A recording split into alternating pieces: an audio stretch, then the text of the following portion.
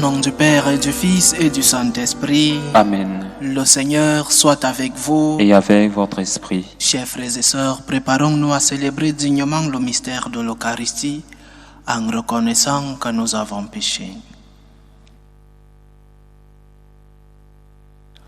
Prends pitié de nous, Seigneur. Nous avons péché contre toi. Montre-nous, Seigneur, ta miséricorde. Et donne-nous ton salut. Que Dieu Tout-Puissant nous fasse miséricorde, qu'il nous pardonne nos péchés et nous conduise à la vie éternelle. Amen.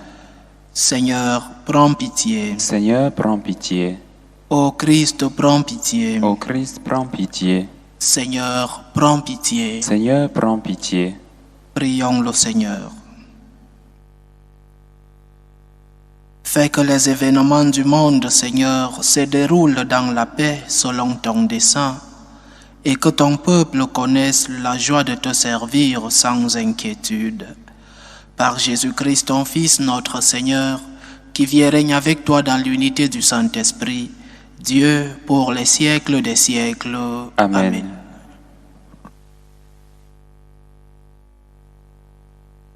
Lecture du livre de Ben Sirach le sage. Faisons éloge de ces hommes glorieux qui sont nos ancêtres. Il y en a d'autres dont le souvenir s'est perdu. Ils sont morts et c'est comme s'ils n'avaient jamais existé. C'est comme s'ils n'étaient jamais nés et de même leurs enfants après eux. Il n'en est pas ainsi des hommes de miséricorde. Leurs œuvres de justice n'ont pas été oubliées. Avec leur prospérité se maintiendra le bel héritage que sont leurs descendants. Leur postérité a persévéré dans les lois de l'Alliance. Leurs enfants y sont restés fidèles grâce à eux. Leur descendance subsistera toujours. Jamais leur gloire ne sera effacée. Parole du Seigneur. Nous rendons grâce à Dieu. Le Seigneur aime son peuple. Le Seigneur aime son peuple. Chantez au Seigneur un chant nouveau. Louez-le dans l'assemblée de ses fidèles. En Israël, joie pour son Créateur. Dans Sion, allégresse pour son roi. Le Seigneur aime son peuple. Dansez à la louange de son nom. Jouez pour lui tambourins et cithars. Car le Seigneur aime son peuple. Il donne aux humbles l'éclat de la victoire. Le Seigneur aime son peuple. Que les fidèles exultent glorieux, criant leur joie à l'heure du triomphe. Qu'ils proclament les éloges de Dieu, c'est la fierté de ses fidèles. Le Seigneur aime son peuple. Alléluia, Alléluia, Alléluia. C'est moi qui vous ai choisi afin que vous alliez, que vous portiez du fruit et que votre fruit demeure, dit le Seigneur. Alléluia, Alléluia, Alléluia.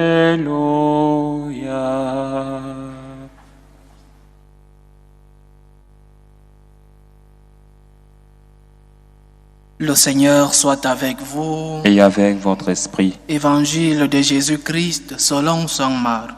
Gloire à toi, Seigneur. Après son arrivée au milieu des acclamations de la foule, Jésus entra à Jérusalem dans le temple. Il parcourut du regard toutes choses et comme c'était déjà le soir, il sortit pour aller à Béthanie avec les 12. Le lendemain, quand ils quittèrent Béthanie, il eut faim. Voyant de loin un figuier qui avait des feuilles, il alla voir s'il y trouvait quelque chose. Mais en s'approchant, il ne trouva que des feuilles, car ce n'était pas la saison des figues. Alors il dit au figuier, « Que jamais plus personne ne mange de tes fruits. » Et ses disciples avaient bien entendu. Ils arrivèrent à Jérusalem. Entré dans le temple, Jésus se mit à expulser ceux qui vendaient et ceux qui achetaient dans le temple. Il renversa les comptoirs des changeurs et les sièges des marchands de colombes. et il ne laissait personne transporter quoi que ce soit à travers le temple. Il enseignait et il déclarait aux gens: l'Écriture ne dit-elle pas « Ma maison sera appelée maison de prière pour toutes les nations » ? Or vous en avez fait une caverne de bandits. Apprenant cela, les grands prêtres et les scribes cherchaient comment le faire périr. En effet, ils avaient peur de lui, car toute la foule était frappée par son enseignement.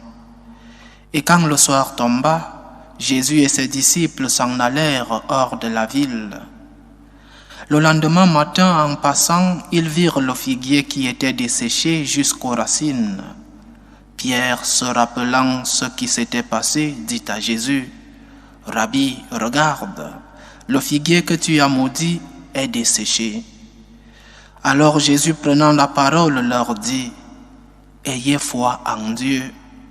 Amen, je vous le dis, quiconque dira à cette montagne, enlève-toi de là et va te jeter dans la mer, s'il ne doute pas dans son cœur, mais s'il croit que ce qu'il dit arrivera, cela lui sera accordé. C'est pourquoi je vous le dis, tout ce que vous demandez dans la prière, croyez que vous l'avez obtenu et cela vous sera accordé. Et quand vous vous tenez en prière, si vous avez quelque chose contre quelqu'un, pardonnez, afin que votre Père qui est aux cieux vous pardonne aussi vos fautes. Acclamons la parole de Dieu. Louange à toi, Seigneur Jésus. Beaucoup de choses à méditer sur ce long évangile de Saint Marc. Beaucoup de choses, on ne peut pas s'arrêter sur tous les points de ce que dit notre Seigneur dans cet évangile, à partir de la malédiction du figuier qui nous ne savons pas.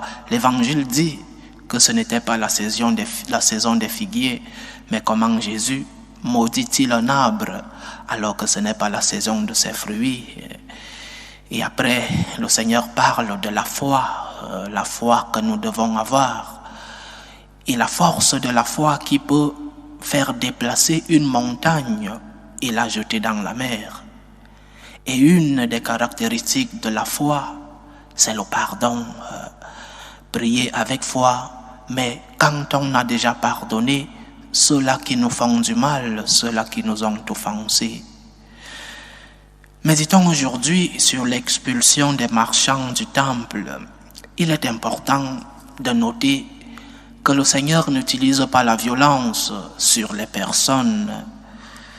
L'Évangile dit que ceux qui vendaient et ceux qui achetaient dans le temple, il renversa les comptoirs des changeurs et les sièges des marchands de colombes. L'Évangile ne dit pas qu'il a frappé sur quelqu'un, il a renversé les comptoirs, les tables. Jésus est violent contre les choses et non contre les personnes, même si ces choses appartiennent aux personnes. Par conséquent, cet évangile ne peut pas être utilisé pour justifier le recours à la violence. Et beaucoup, non seulement de nos gouvernants, mais aussi beaucoup de nous chrétiens, utilisons cet évangile pour justifier quelques actes de violence que nous commettons. Non, le Seigneur est violent sur les choses, est violent sur le péché. Le Seigneur est violent sur ces instruments qui nous amènent dans le péché. Il n'est pas violent envers les personnes, il n'est pas violent sur les personnes que nous sommes. Il est violent envers les instruments qui nous font entrer dans le péché. Et posons-nous la question aujourd'hui dans notre Église. Y a-t-il des affaires autour de l'Église aujourd'hui? Eh bien oui, dans certains cas, malheureusement, il y a des affaires non seulement autour de nos temples, mais autour même, ou alors dans notre Église, il y a des affaires, des scandales de temps en temps, par exemple sur les investissements du Vatican et sur les investissements de certains diocèses. Un scandale aujourd'hui, un autre demain. Malheureusement, c'est vrai, des commerces, des hommes d'église qui se font autour de nos temples ou dans nos temples. Malheureusement encore, ça existe. Mais cela m'inquiète moins que ce que dit le Seigneur à continuation. Le Seigneur dit, l'Évangile dit, il ne permettait personne de transporter quoi que ce soit à travers le temple. Le temple est la maison de Dieu. Le temple mérite respect.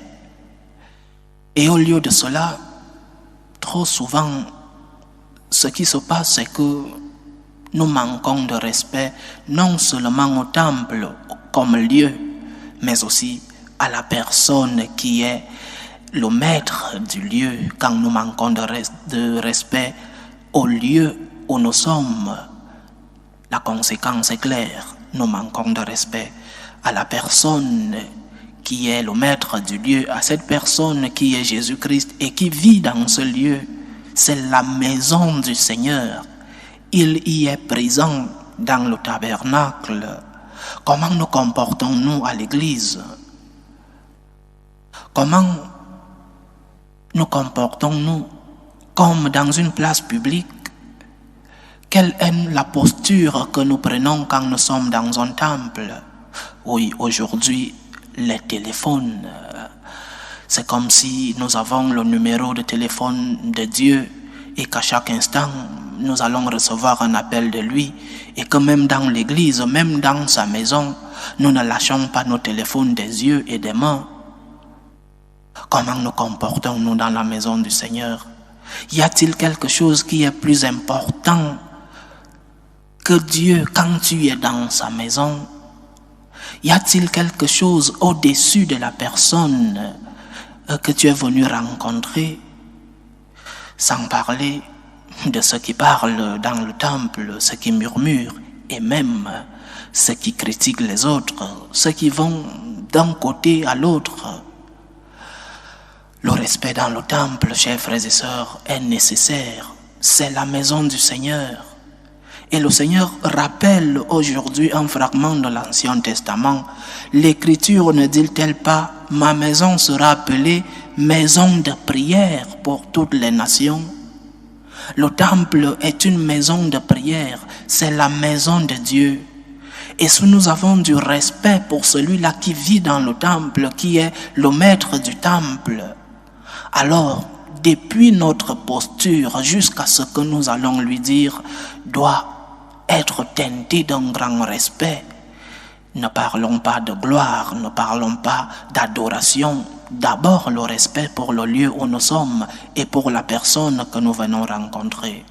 Oui, il est notre Père, nous avons confiance en lui. Mais cette confiance ne doit pas nous conduire à un manque de respect à Dieu. La confiance peut devenir quelque chose qui blesse celui en qui tu as fait confiance. Ne retournons pas le don de la confiance que Dieu nous a fait contre Dieu lui-même. Le temple est la maison de Dieu, c'est une maison de prière. Alors quand nous venons rencontrer celui-là qui est au-dessus de tout, quand nous venons rencontrer le Dieu Tout-Puissant, ayons une posture, un comportement. Je ne parle pas d'adoration, je répète, je ne parle pas de la gloire que nous devons donner au Seigneur quand nous sommes dans le temple. Je commence par le respect. Quand tu vas dans un bureau administratif, qu'est-ce que tu fais? Quel est ton comportement? Il y a certains qui préparent un discours pour aller rencontrer, je ne sais pas quel fonctionnaire. Mais quand on vient à l'église, on se comporte comme si nous étions dans un marché. Non, chers frères et sœurs, le temple est une maison de prière. Nous venons rencontrer le Tout-Puissant. Avec toute la confiance qu'il nous a fait, nous devons lui rendre cette confiance en sachant qu'il est Dieu. Il est notre Père, il est notre ami, mais il est Dieu. C'est peut-être parce que nous disons qu'il est notre Père et que la conception de Père aujourd'hui est celle qu'elle est. Beaucoup de jeunes manquent de respect à leur Père et quand nous disons que Dieu est notre Père, nous voyons la figure du Père de la maison. Non, Dieu est notre Père, oui, mais il est Dieu. il est Seigneur, il est le Tout-Puissant. Quand nous venons à sa rencontre dans le temple, ayons la posture et le comportement des créatures qui vont vers le Créateur, des serviteurs qui vont vers le Maître. Que le Seigneur nous aide à pouvoir avoir confiance en lui, oui, mais aussi de pouvoir garder le respect, lui donner le respect qu'il mérite de recevoir de nous. Qu'il nous aide à comprendre que sa maison est une maison de prière et qu'elle mérite un grand respect. Loué soit Jésus-Christ.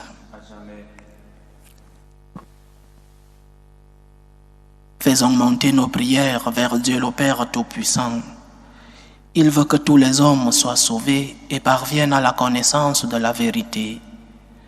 Pour la Sainte Église de Dieu, pour le pape, les évêques, les prêtres, pour tous ceux-là qui ont la responsabilité de transmettre le message chrétien, prions le Seigneur. Seigneur, écoute et prends pitié. Prions le Seigneur pour la paix dans le monde, pour que finissent les différentes tensions, les différentes guerres entre les peuples. Prions le Seigneur. Seigneur, écoute et prends pitié. Prions le Seigneur pour les vocations dans la vie sacerdotale et dans la vie religieuse, pour que le maître de la moisson puisse envoyer des ouvriers dans sa vigne. Prions le Seigneur. Seigneur, écoute et prends pitié. Pour tous ceux qui vivent des moments de détresse, surtout pour les malades, pour les familles divisées.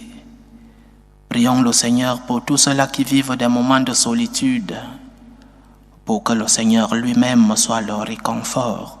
Prions le Seigneur. Seigneur, écoute et prends pitié. Pour nous tous ici rassemblés, pour tous ceux qui nous suivent à travers ce canal, pour toutes nos intentions de prière, prions le Seigneur. Seigneur, écoute et prends pitié.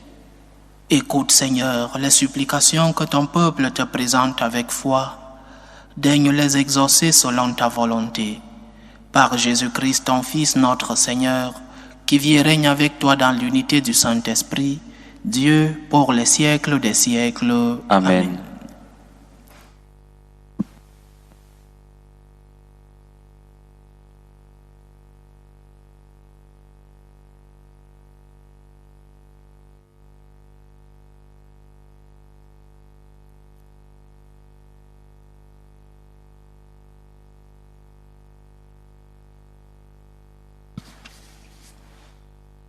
Tu es béni, Seigneur Dieu de l'univers.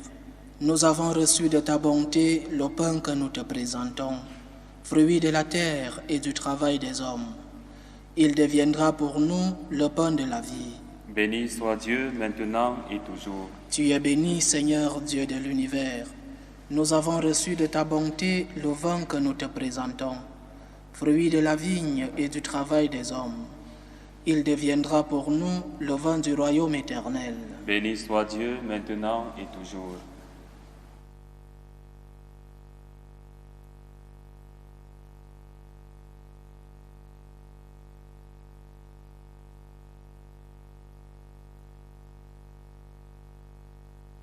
Prions ensemble, chers frères et sœurs, au moment d'offrir le sacrifice de toute l'Église. Pour la gloire de Dieu et le salut du monde.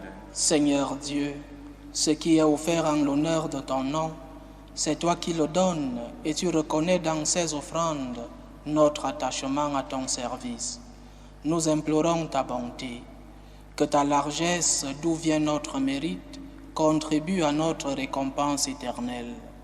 Par Jésus-Christ, ton Fils, notre Seigneur, qui vit et règne avec toi dans l'unité du Saint-Esprit, Dieu pour les siècles des siècles. Amen. Le Seigneur soit avec vous. Et avec votre esprit. Élevons notre cœur. Nous le tournons vers le Seigneur. Rendons grâce au Seigneur notre Dieu. Cela est juste et bon. Vraiment, il est juste et bon pour ta gloire et notre salut de t'offrir notre action de grâce toujours et en tout lieu, Seigneur, Père très saint, Dieu éternel et tout-puissant. C'est par ton Fils bien-aimé que tu as formé le genre humain, et c'est encore par lui que dans ta grande bonté tu le renouvelles. Voilà pourquoi toutes les créatures te servent, le peuple que tu as racheté célèbre ta louange, les saints te bénissent d'un seul cœur. Et déjà nous pouvons te louer avec tous les anges, et dans la joie, nous ne cessons de proclamer. Saint, Saint, Saint, le Seigneur Dieu de l'univers, le ciel et la terre sont remplis de ta gloire. Hosanna au plus haut des cieux. Béni soit celui qui vient au nom du Seigneur. Hosanna au plus haut des cieux. Toi qui es vraiment saint, toi qui es la source de toute sainteté, Seigneur, nous te prions. Sanctifie ces offrandes en répandant sur elles ton esprit, qu'elles deviennent pour nous le corps et le sang de Jésus le Christ, notre Seigneur. Au moment d'être livré et d'entrer librement dans sa passion, il prit le pain.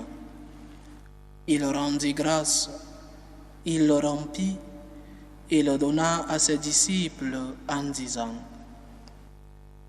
Prenez et mangez-en tous, ceci est mon corps, livré pour vous.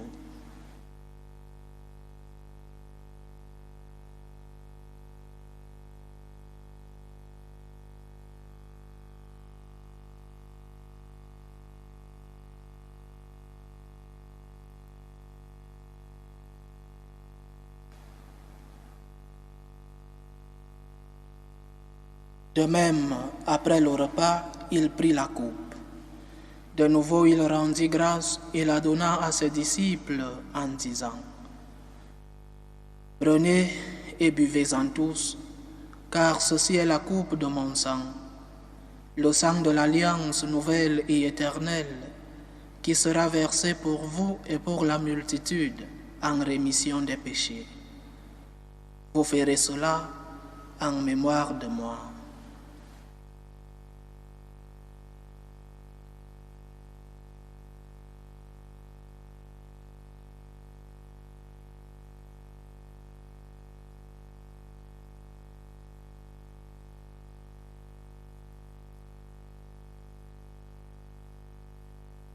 Il est grand le mystère de la foi. Nous annonçons ta mort, Seigneur Jésus.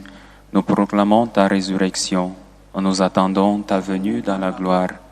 En faisant ainsi mémoire de la mort et de la résurrection de ton Fils, nous t'offrons, Seigneur, le pain de la vie et la coupe du salut, et nous te rendons grâce, car tu nous as estimés dignes de nous tenir devant toi pour te servir.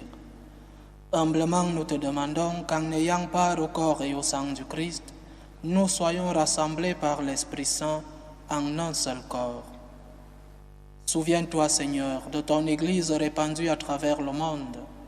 Fais-la grandir dans ta charité, en union avec notre pape François, notre évêque Carlos et tous ceux qui ont la charge de ton peuple. Souviens-toi aussi de nos frères et sœurs qui se sont endormis dans l'espérance de la résurrection, et souviens-toi dans ta miséricorde de tous les défunts.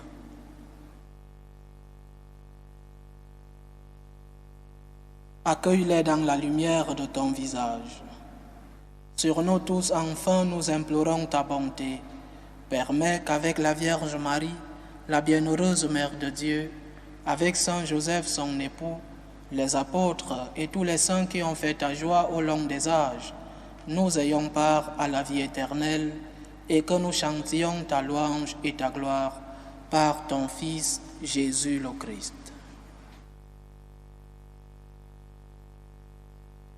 Par lui, avec lui et en lui, à toi Dieu le Père Tout-Puissant, dans l'unité du Saint-Esprit, tout honneur et toute gloire pour les siècles des siècles. Amen. Comme nous l'avons appris du Sauveur, et selon son commandement, nous osons dire: Notre Père qui es aux cieux, Que ton nom soit sanctifié, que ton règne vienne, que ta volonté soit faite sur la terre comme au ciel. Donne-nous aujourd'hui notre pain de ce jour. Pardonne-nous nos offenses, comme nous pardonnons aussi à ceux qui nous ont offensés. Et ne nous laisse pas entrer en tentation, mais délivre-nous du mal. Délivre-nous de tout mal, Seigneur, et donne la paix à notre temps.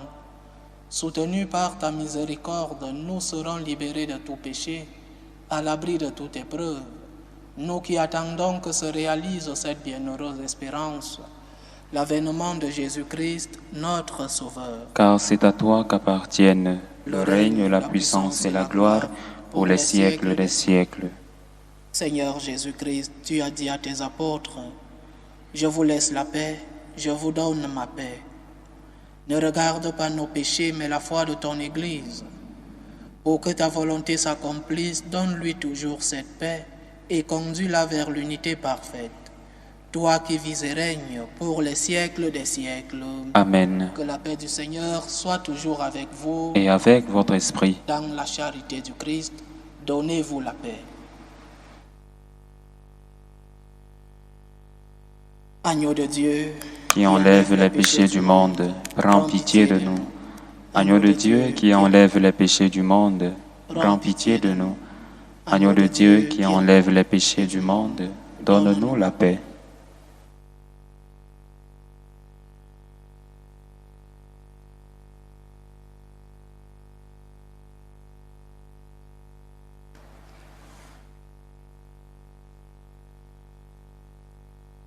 Voici l'agneau de Dieu, voici celui qui enlève les péchés du monde. Heureux les invités au repas des noces de l'agneau. Seigneur, je ne suis pas digne de te recevoir, mais dis seulement une parole et je serai guéri. Que le corps et le sang du Christ nous gardent pour la vie éternelle. Amen.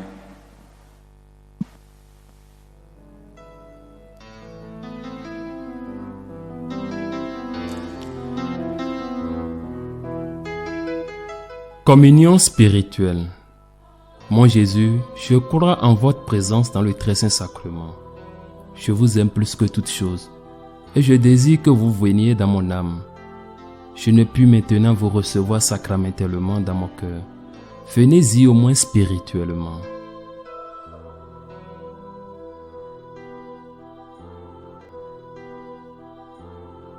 Je vous embrasse comme si vous étiez déjà venu et je m'unis à vous tout entier. Ne permettez pas que j'aie jamais le malheur de me séparer de vous. Amen.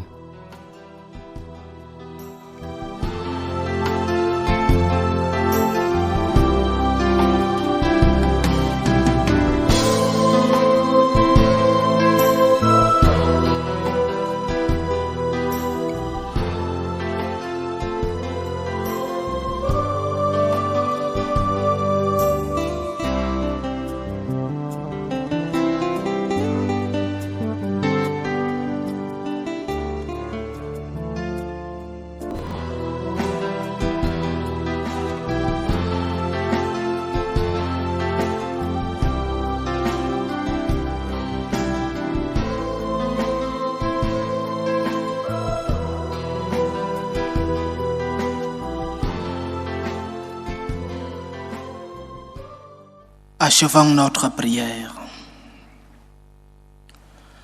Tu nous as nourris, Seigneur, dans cette communion au mystère du salut, et nous t'adressons encore une prière. Par le sacrement qui est notre force aujourd'hui, fais-nous vivre avec toi pour l'éternité.